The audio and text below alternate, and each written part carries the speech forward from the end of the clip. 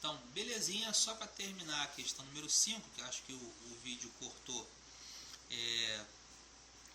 deu tempo, né? Acho que tem um tempo limite.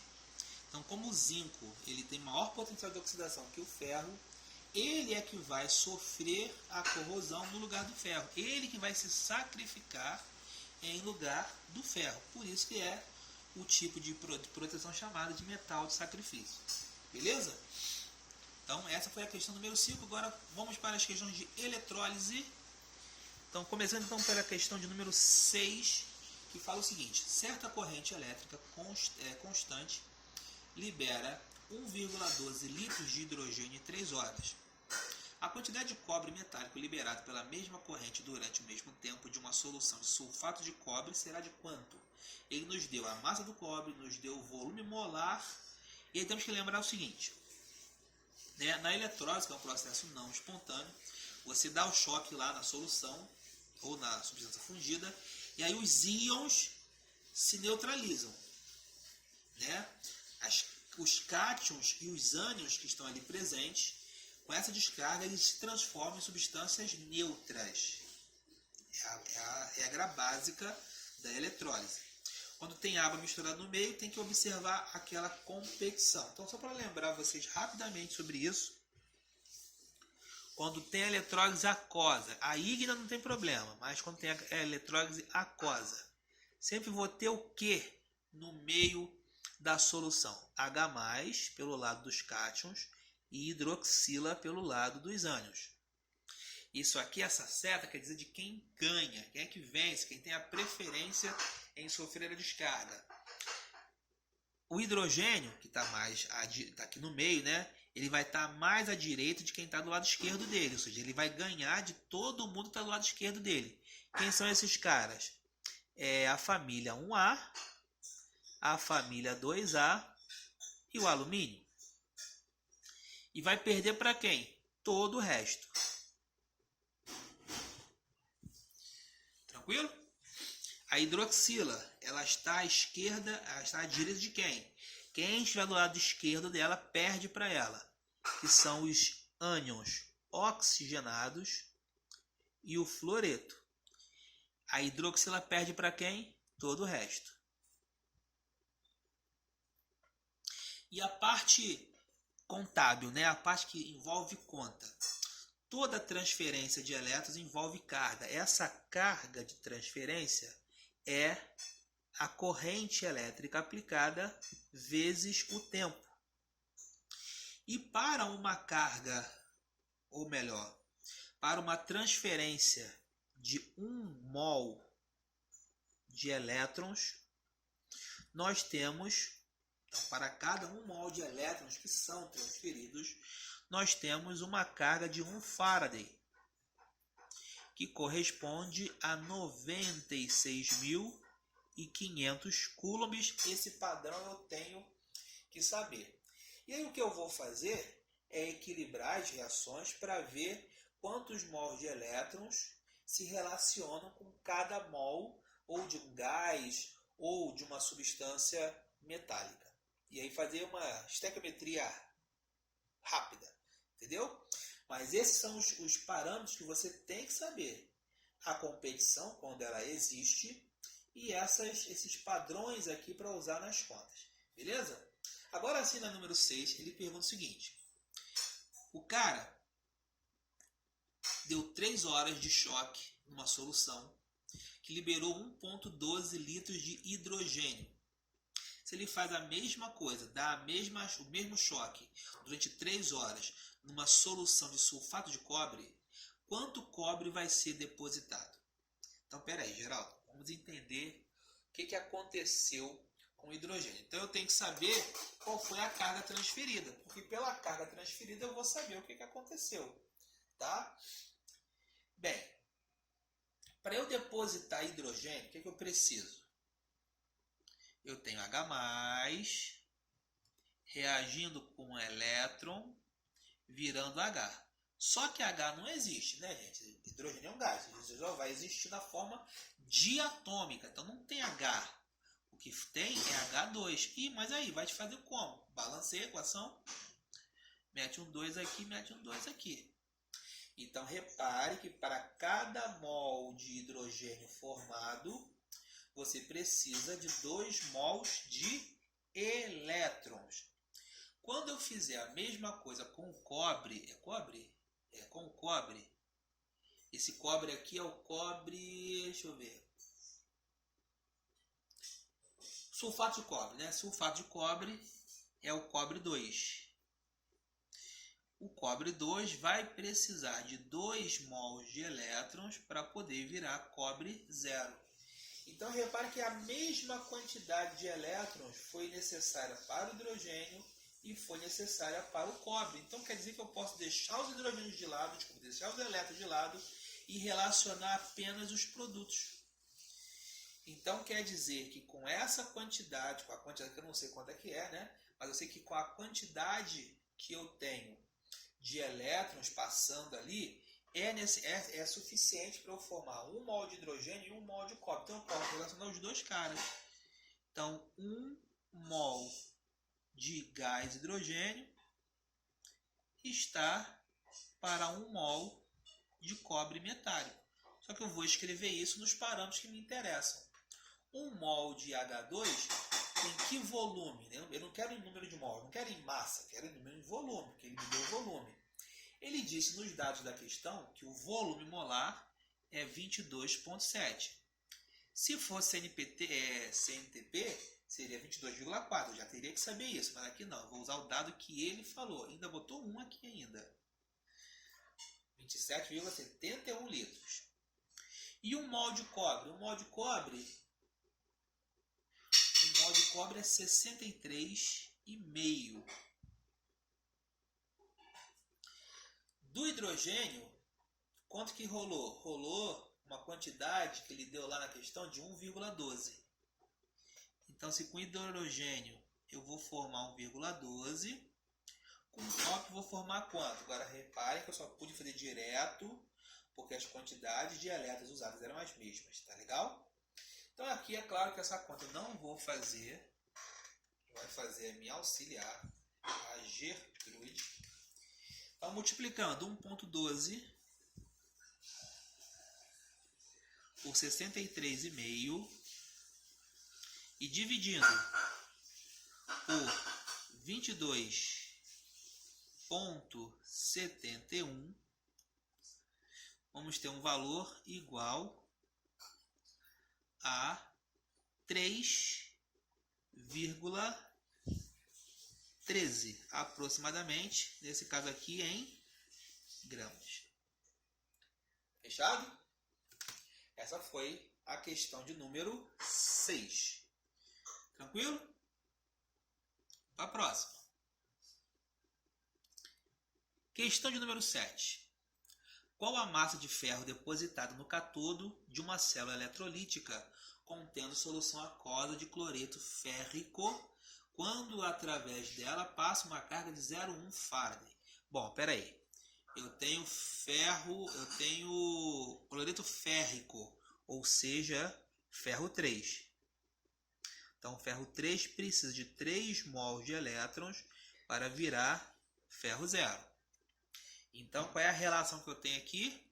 Entre o número de mols de elétrons e do ferro, eu tenho 3 mols de elétrons para produzir 1 mol de ferro.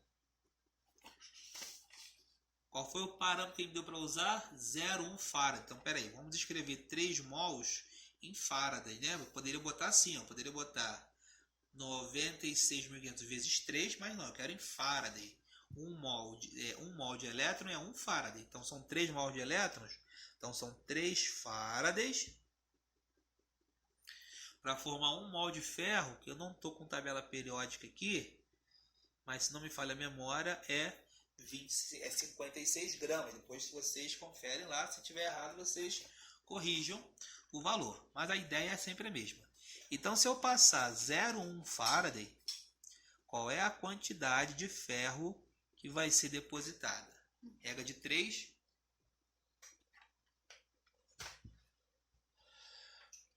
Regra de 3. Tranquila, né? vai ficar 5,6 dividido por 3.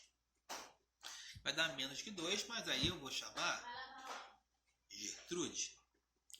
5,6 dividido por 3 dá aproximadamente 1,867. Vou botar 1,87, tá?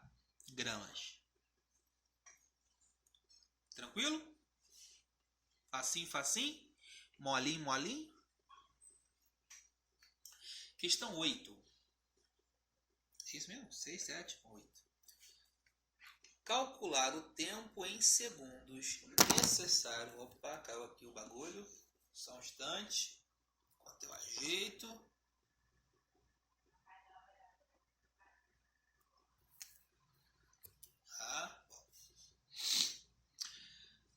Calcular o tempo em segundos necessário para que uma corrente de intensidade de 19,3 A. Então a corrente é de 19,3 A. Libere 4,32 gramas de prata no cátodo. Então é claro que eu estou eletrolizando uma solução que tem prata como cátion. Qual é a reação? A prata ela tem carga mais 1. Então ela precisa de 1 mol de elétron para poder virar a prata 0. Então reparem que eu tenho na estequiometria aqui, na proporção, 1 mol de elétron para 1 mol de prata. Ele quer saber o tempo, né? A carga de 1 mol de elétrons é 96.500 coulombs. 1 mol de prata também não tem tabela periódica aqui. Porém, a prata é alguma coisa perto de 108, se não me falha a memória. Não é exatamente exato 108 não, mas vou botar aqui um 108, vocês já sabem como que tem que proceder, tá? Beleza, então para 1 mol eu teria um depósito de 108 gramas. Só que eu não tive isso tudo não, o meu depósito foi pouquinho, o meu depósito foi só de 4,32. Então a pergunta é essa, né? Qual é a carga? Mas lembra que essa carga, né? Ela é derivada do produto corrente vezes tempo. Então a gente vai calcular esse x aqui, ó. É isso aqui, tá? Esse nosso x, que é 96.500 multiplicado por 4,32 dividido por 108, meu x, né, é essa carga aqui. Isso é igual à corrente, que é 19,3 vezes o tempo. Deixei assim que é para poder mostrar a vocês que os números geralmente eles conseguem ser cortados. Por exemplo, esse número aqui, o 96.500, quando eu multiplico ele por 2, isso dá 193 mil. Aqui, 19,3. É para mostrar a vocês que você consegue ter algumas semelhanças para poder cortar e diminuir suas contas, tá? Então, fazendo essa continha aqui, melhor, desculpa, x não, né? X é a carga e a carga é isso. O tempo. Esse tempo vai dar esse númerozão aqui, ó. 96.500 multiplicado por 4,32 dividido por 108. E quando eu passar esse cara para baixo, dividido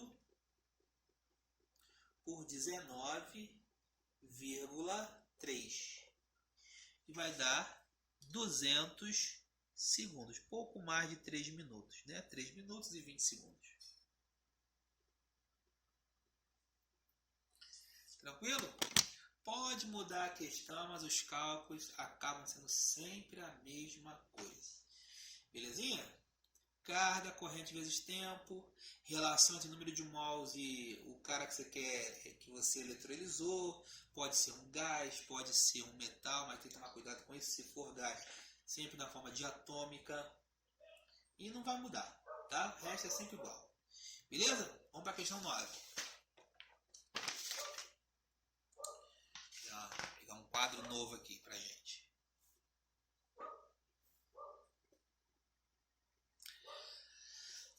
Fala-se assim a questão 9. Em uma cuba eletrolítica, utilizou-se uma corrente de 3 amperes para se depositar toda a prata existente em 400 mililitros de uma solução 0,1 molar de nitrato de prata. E, Geraldo, é necessário saber que a fórmula do nitrato de prata é HNO3? Cara, é muito importante, tá? Essa parte de química inorgânica, nomenclatura, sais, ácidos, bases, óxidos, você tem que saber, tá bom? Nesse caso a gente até consegue fazer sem, se eu souber que a prata tem NOx fixo mais 1. Eu consigo fazer sem saber esse cara aqui. Mas é importante dar uma atenção para isso, tá bom? Porque eu preciso saber quanta prata eu tenho. Eu não sei quanta prata eu tenho ainda não, tá?